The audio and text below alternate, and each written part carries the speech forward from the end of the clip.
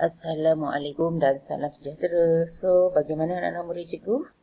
Cikgu harap masing-masing berada dalam keadaan yang baik, yang sihat, yang bahagia bersama keluarga. Okey, untuk hari ini kita sambung kepada sesi pembelajaran kita yang sebelum ni. Jom pasak sejarah bersama dengan cikgu. Kita masuk bab 7. Masih lagi lah dalam bab 7 iaitu sistem pemerintahan dan pentadbiran negara Malaysia, dan pada kali ini kita fokus kepada kuasa pemerintahan.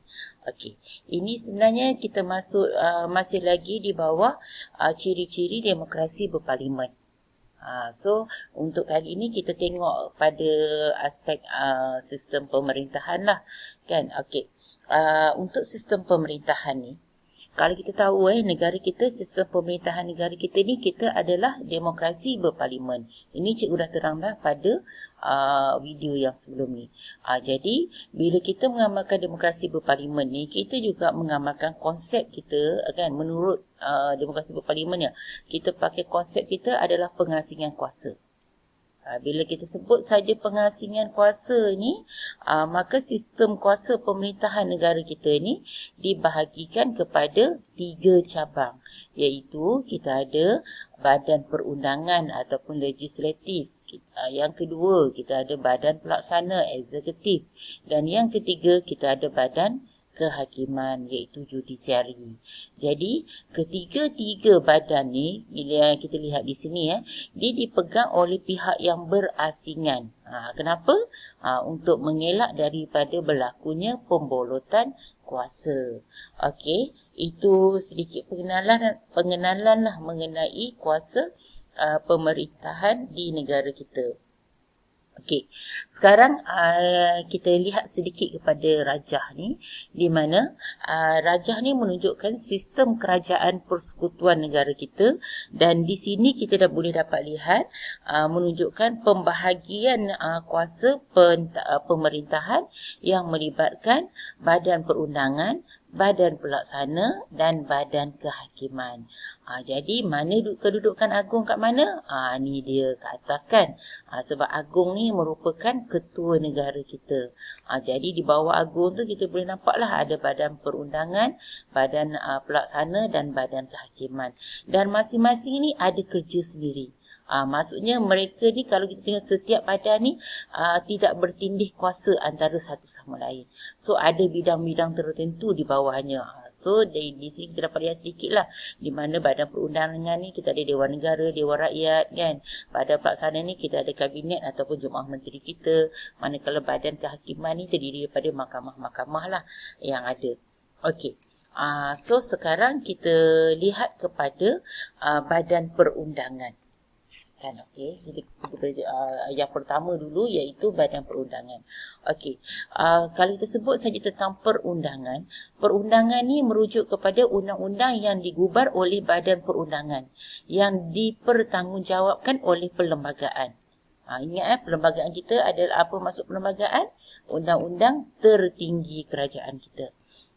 Jadi fungsi badan perundangan ni fungsi dia adalah untuk gubal undang-undang bagi menjamin keadilan dan kesejahteraan rakyat. So ingat tu, badan perundangan tugas dia adalah menggubal undang-undang negara kita. Dan yang bertanggungjawablah untuk gubal undang-undang di negara kita ni ialah parlimen. So di bawah parlimen kita ada apa tadi dalam rajah tadi? Dewan Rakyat dan Dewan Negara. Okey. Bagi parlimen pula, kan, di dalam parlimen ni kita ada 3 unsur ni yang ada di bawah parlimen ni, iaitu 1 kita ada yang di-Pertuan Agong, 2 ada Dewan Negara, dan yang ketiga ada Dewan Rakyat. So undang-undang ni, bila kita buat undang-undang ni, so undang-undang ni akan melalui dulu Dewan Rakyat. Lepas tu bila atau lulus dalam Dewan Rakyat, akan masuk pula dekat Dewan Negara, buat pembacaan, dibahaskan dalam Dewan Negara semua. Kalau lulus dalam Dewan Negara ni, barulah nanti Agong akan turunkan cap mohon. Bermaksud akan diwartakan lah. So maksudnya undang-undang tu dah boleh pakai. Okey. So sekarang kita tengok kepada ciri-ciri dalam parlimen kita. Kita pergi dulu kepada Dewan Negara dan Dewan Rakyat. Okey, mula-mula kita tengok dulu tentang Dewan Rakyat. Kita pergi daripada awak di sini dulu, Dewan Rakyat dulu. Okey. Dewan Rakyat ni, kalau kita lihat ciri dalam Dewan Rakyat ni, dipilih dalam pilihan raya umum. Maksudnya yang jadi ahli dalam Dewan Rakyat ni mesti melalui proses pilihan raya umum. Yang kedua, ahli dia 219 ahli. Ini pada waktu ni lah, cikgu rasa pada sekarang ni ni ikut kepada keperluan semasa. Kan? Kemudian yang ketiga, tempoh perkhidmatan dia adalah 5 tahun ikut pada pilihan raya ni lah. So dia pun perkhidmatan dia ikut pada pilihan raya ni, jangkaan dia iaitu 5 tahun. Dan tugas dari Dewan Rakyat ni adalah untuk menggubal dan meluluskan undang-undang. Dan undang-undang yang diluluskan oleh parlimen ni nanti dinamakan sebagai Akta. Manakala undang-undang yang dibuat oleh Dewan Undangan Negeri, kita panggil dia enactment. Kalau dekat Sabah dengan Sarawak, dia panggil ordinance. Faham tak sini? Maksudnya di sini, kalau yang Kerajaan Malaysia buat, parlimen yang kata Kerajaan Malaysia tu, kita panggil Akta. Tapi kalau, ini maksudnya peringkat persekutuan lah, peringkat Akta. Tapi kalau yang peringkat negeri, yang dibuat undang-undang yang dibuat di peringkat negeri, kita panggil undang-undang tu kan, kita panggil sebagai enactment. Kalau dekat Sabah Sarawak, kita tak panggil enactment, tapi kita panggil ordinance. Itu untuk Dewan Rakyat. Okey, now kita pergi kepada Dewan Negara. Okey, Dewan Negara ni merupakan dewan tertinggi dalam sistem pemerintahan negara. Okey, dia ada ahli dia ada 69 ahli, di mana dalam 69 orang ni, ahli ni juga ni kita kata dalam Dewan Negara ni kita gelar dia juga sebagai senator. Kan, tempoh jawatan berkhidmat senator ni adalah selama 3 tahun. Kalau Dewan Rakyat 5 tahun, tapi senator ni dia 3 tahun sahaja. Umur sekurang-kurangnya kalau nak jadi senator ni lah, sekurang-kurangnya mesti umur dia mesti 30 tahun. Tak boleh kurang daripada 30 tahun. Dan boleh dilantik menjadi ahli jemaah menteri. Dan senator ni juga sebenarnya dilantik oleh Yang di-Pertuan Agong. Okey, siapa pula yang layak ni untuk jadi senator ni? So kita kata individu yang layak ni adalah mereka yang memberi sumbangan yang cemerlang, sama ada dalam perkhidmatan awam, bidang profesional, bidang tertentulah macam pertanian ke, perusahaan ke, kesenian ke, apa je lah bidang asalkan memberi sumbangan cemerlang di situ, wakil kumpulan minoriti orang asli ke, so maka dewan maksudnya boleh dipertimbangkan untuk menjadi ahli dalam Dewan Negara. Okey, itu dari segi ciri-ciri Dewan Negara dan juga Dewan Rakyat. Okey, so sekarang kita pergi pula daripada proses. Proses meluluskan undang-undang di parlimen. Macam mana proses dia? Okey, proses dia bermula apabila cadangan daripada kementerian dulu. Daripada kementerian kemudian, okey, undang-undang ni, rang undang-undang ni digubal oleh Jabatan Peguam Negara. Lepas dah digubal, rang undang-undang dah digubal oleh Jabatan Peguam Negara, maka dia akan bawa di Dewan Rakyat, maka dibuatlah bacaan pertama. Biasanya dalam bacaan pertama ni dia hanya baca tajuk dulu je. Maksudnya dia baca tajuk rang undang-undang sahaja, dia tak bahaskan apa lagi. Lepas tu barulah bacaan yang kedua. Bacaan kedua dekat Dewan Rakyat ni, barulah rang undang-undang ni akan dibahaskan. Bacaan kedua baru dibahaskan. Bacaan pertama, dia hanya baca tajuk je. Okey, kemudian perbincangan akan dilakukan secara terperinci di peringkat jawatan kuasa di Dewan Rakyat. Dibincang dulu di peringkat jawatan kuasa Dewan Rakyat. Lepas tu barulah kemudiannya, sebab dibahas, dibincangkan, baru kemudian dia akan pergi kepada bacaan ketiga, di mana bacaan ketiga sama macam bacaan kedua, dibahaskan sebelum diluluskan dan dikemukakan di Dewan Negara. Okey, katalah dia diluluskan dekat Dewan Negara, okey, diluluskan dekat Dewan Negara, maka rang undang-undang tersebut akan dibawa dibentangkan di Dewan Negara. So dia akan mengalami proses yang sama seperti Dewan Rakyat diulangi, iaitu dalam bacaan pertama, bacaan kedua dan bacaan ketiga tadi ni. Okey, proses dia sama je. Kemudian bila dah sampai ke bacaan ketiga nanti, barulah kita tengok rang undang-undang yang diluluskan, maksud dah diluluskan undang-undang ni, yang diluluskan oleh Dewan Negara ni baru akan diserahkan kepada Duli Yang Maha Mulia, yang di-Pertuan Agong, untuk diperkenankan dan kemudiannya diturunkan cap moho negara. Bila kita turun je cap moho negara ni, maksudnya undang-undang tersebut diwartakan. Maksudnya pewartaan atau pemberitahuan undang-undang dalam warta kerajaan. Itu sedikit mengenai proses pembentukan undang-undang yang berlaku di dalam kita kata apa, dalam parlimen yang melibatkan Dewan Rakyat dan Dewan Negara. Sebab tu unsur parlimen tadi kita nampak ada 3, iaitu Dewan Rakyat, kemudian Dewan Negara dan juga satu lagi ialah yang di-Pertuan Agong. Ini mereka yang terlibatlah di dalam meluluskan undang-undang di parlimen. Okey, jadi itu sedikit mengenai badan perundangan. Manakala kalau kita lihat kepada cikgu berhenti dulu di sini. So kita lihatlah pula nanti untuk bahagian kedua, iaitu badan pelaksana.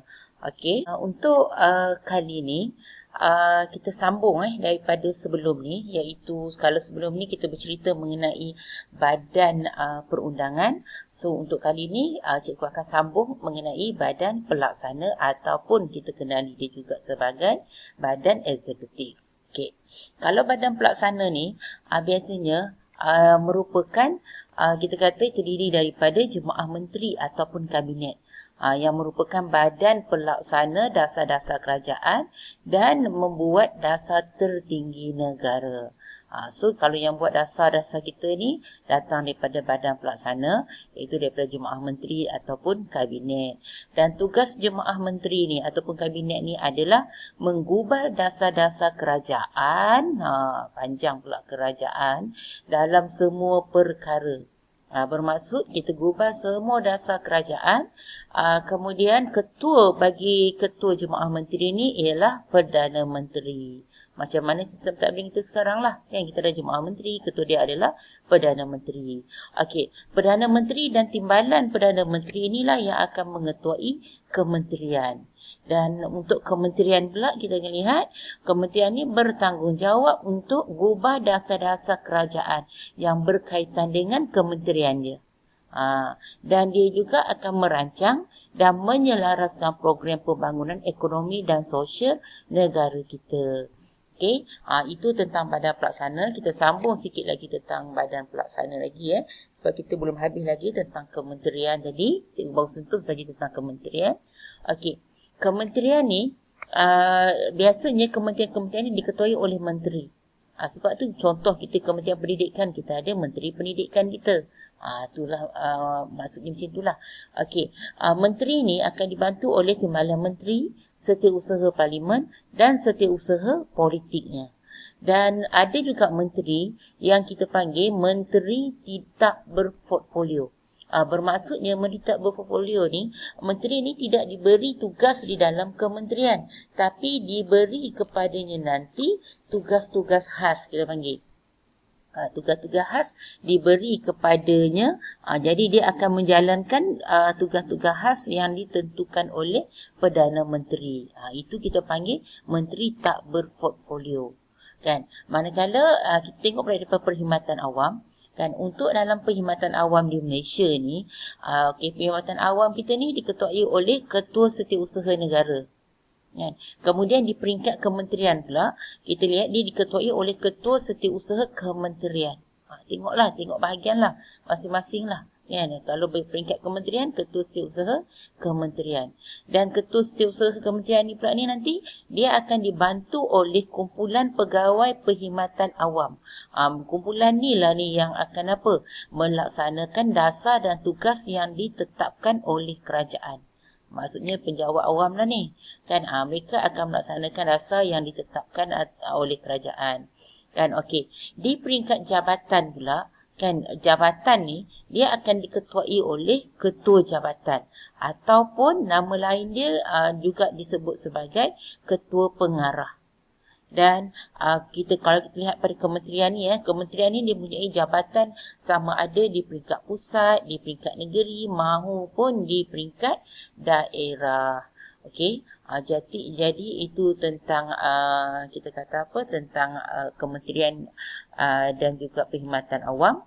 Kemudian kita tengok sedikit mengenai badan berkanun. Okey, badan berkanun ni merupakan badan separuh kerajaan tau, yang mempunyai kuasa otonomi tertentu.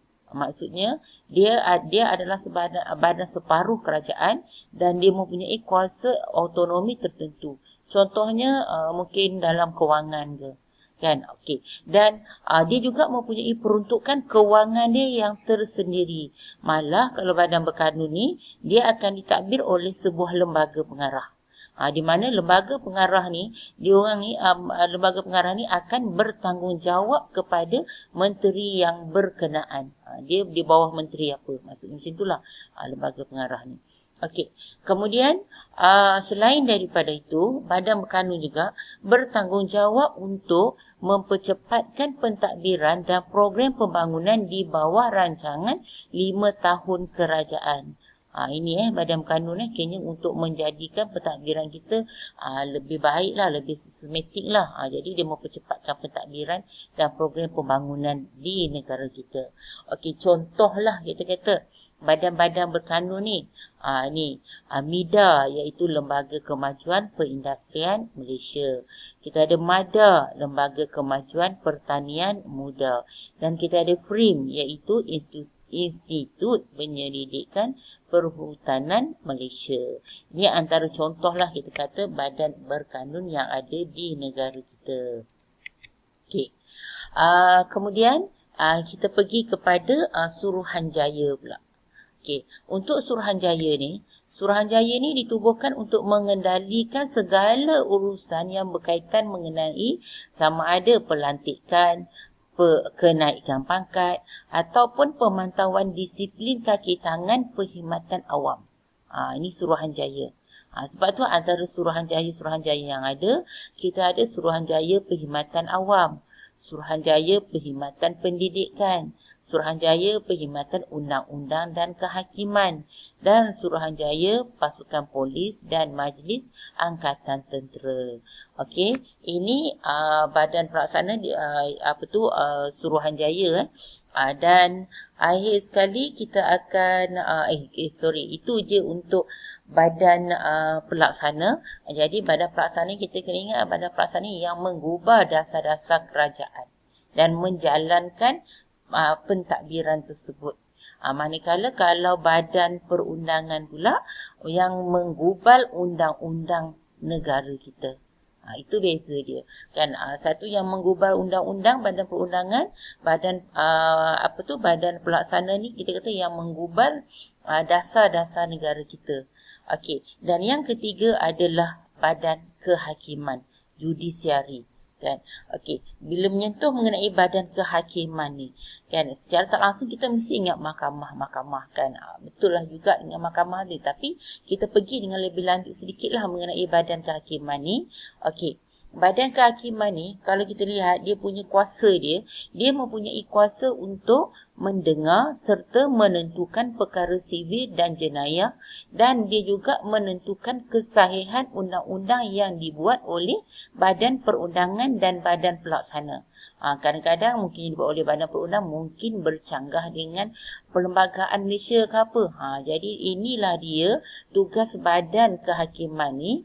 Dia akan melihat kepada kesahihan undang-undang tersebut. Dia mendengar dan menentukan undang perkara sivil dan jenayah. Kan? Selain daripada itu, Badan Kehakiman juga berkuasa untuk mentafsir perlembagaan persekutuan. Hilang PG pula.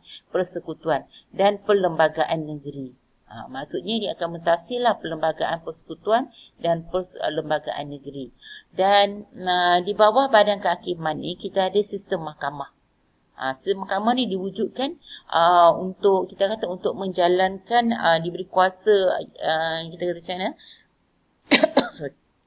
sorry terbatuk pula cikgu. Sistem mahkamah ni diwujudkan oleh Perlembagaan Malaysia untuk melaksanakan tugas kehakiman. Sebab tu dia berada di bawah Badan Kehakiman. Okey, dalam sistem mahkamah ni kita akan lihat dia diwujudkan oleh Perangkat Malaysia untuk melaksanakan tugas kehakiman tadi, cikgu sebut tadi. Okey, bidang tugas mahkamah ni, apa bidang tugas mahkamah ni? Yang pertama, dia adalah untuk mentafsir perlembagaan negara. Yang kedua, mentafsir undang-undang. Ketiga, mengisytiharkan undang-undang bertulis kerajaan persekutuan dan kerajaan negeri. Dan yang keempat, mengisytiharkan tindakan kerajaan ni sah ke tidak sah di sisi undang-undang negara. Kalau dia undang-undang tu kata tindakan kerajaan tu tidak sah, maka dia akan isytiharkan yang tindakan kerajaan tu tidak sah di sisi undang-undang negara. Okey. Selain daripada tu, kita lihat dalam badan kehakiman ni, mahkamah di sistem mahkamah ni dia tidak boleh pindah undang-undang. Sebab yang pindah undang-undang, yang buat undang-undang hanyalah badan perundangan, bukan badan kehakiman. Jadi sebab tu mahkamah tidak boleh meminda undang-undang. Dan kalau mahkamah di Malaysia ni, dia akan disusun ikut hierarki piramid seperti di bawah ni lah. Kan? Dalam buku teks kita pun ada gambar rajah ni, teks rajah cikgu buku surat 175. Di mana di bawah terdampak kita pecah dia kepada dua, iaitu mahkamah rendah dan mahkamah atasan. Okey, dalam mahkamah rendah ni kita ada mahkamah magistrat dan juga mahkamah session. Manakala untuk mahkamah atasan pula kita ada awal ni kat bawah ni kita ada Mahkamah Tinggi Melaya. Kalau dekat Sabah Sarawak ni kita ada Mahkamah Tinggi Sarawak, Mahkamah Tinggi Sabah. Kemudian kita ada pula di atasnya adalah Mahkamah Rayuan dan di atas sekali adalah Mahkamah Persekutuan. Okey, itu untuk sistem mahkamah yang ada di negara kita. Okey, kemudian kita pergi pula kepada hakim. Macam mana hakim ni dilantik sebagainya. Okey, hakim ni dilantik oleh Yang di-Pertuan Agong dengan nasihat Perdana Menteri. Urusan pelantikan, kenaikan pangkat, perucutan jawatan, semuanya di bawah kuasa Yang di-Pertuan Agong. Dan hakim ni tidak boleh dipecat sewenang-wenangnya tanpa sebab yang munasabah. Bukan sebarangan kalau kita nak pecatnya pun. Dan hakim ni tidak boleh mengambil bahagian di dalam politik. Itu untuk hakim. Kita nampak hakim ni dilantik di bawah, dilantik oleh siapa? Yang di-Pertuan Agong. Okey, manakala Peguam Negara pula. Peguam Negara merupakan penasihat undang-undang kerajaan dan Peguam Negara ni biasanya menjadi sama ada pendakwa raya ataupun peguam bela bagi kerajaan dan dia akan dibantu oleh Pegawai Perkhidmatan Undang-Undang dan Kehakiman. Okey, cikgu nak tanya siapa yang latih Peguam Negara? Kita dah masuk dalam tugas Yang di-Pertuan Agong kan. Antara tugas Yang di-Pertuan Agong ialah selain daripada melantik duta sebagai mentauliahkan duta, dia juga telah Agong juga melantik siapa? Melantik cikgu berarti satu, melantik Peguam Negara. Okey. So, itu je untuk bab kali ini, iaitu untuk bab tentang kuasa pemerintahan. Dah melalut dah cikgu ni. Tentang kuasa pemerintahan, di mana kuasa pemerintahan kita ada 3, iaitu yang pertamanya kita ada kuasa kita ada badan pelaksana, badan perundangan yang gubal undang-undang negara kita. Yang kedua kita ada badan pelaksana, iaitu yang menjalankan ataupun yang menggubal dasar-dasar negara kita dan menjalankan pentadbiran negara. Dan yang ketiga kita ada badan kehakiman. Okey, So, itu je sampai di sini dulu cikgu celoteh ni. Okey, cikgu harap apa yang cikgu kongsikan dapat dimanfaatkan bersama ya. Semoga kejayaan milik kita dan kita pasak sejarah bersama-sama supaya kita berjaya untuk masa depan. Okey, so sekian saja daripada cikgu. Kita jumpa lagi next time. Okey, good luck untuk semua. Cikgu berhenti di sini dulu. Okey, terima kasih semua. Bye.